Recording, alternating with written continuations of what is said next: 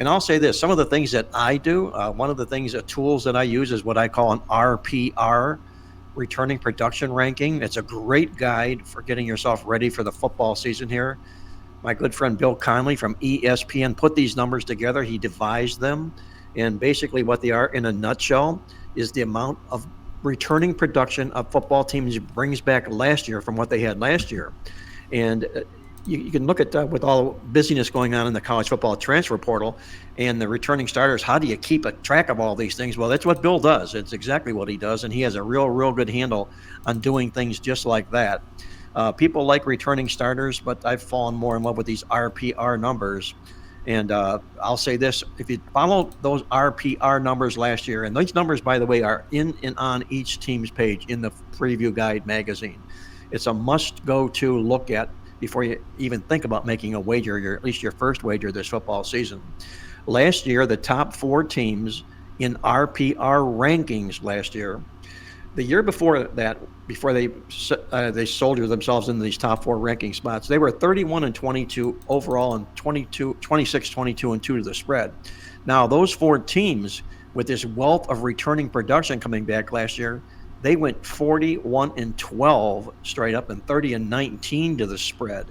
I'll just give you a little tip of the hand here that Iowa State happens to be the number 1 returning production ranking team this football season.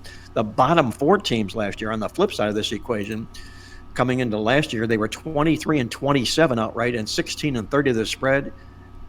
Bill sorted them down to the bottom 4, and they end up going 10-38 straight up, 16-27-1 to the spread. Excuse me, Mark. Yeah. I have a question, and Sure. I don't know if you've done the work on this, but I'll explain where Sure. I'm looking at. When you give the records of these teams straight up and against the spread for the top 4 and the bottom 4, Yes.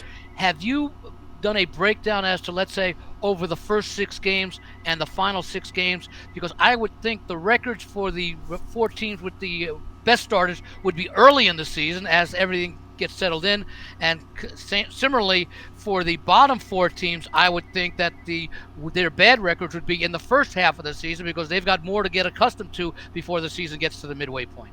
Well, leave it up to AI. A great nugget there, Andy, and that's exactly what the case is. This is a great tool to use to get yourself out of the gate in strong fashion, especially the first 4 weeks of the month of September. When you're coming back solid, you've got a lot of production behind you. Everybody knows everybody. These teams get off and they bolt out of the gate. The other way around, they really tend to struggle like a horse left standing at the gate. The team that's going to be likely left standing at the gate this year, according to these rankings, that ranks dead last in college football this year in returning production rankings, is Air Force, number 134 in the country.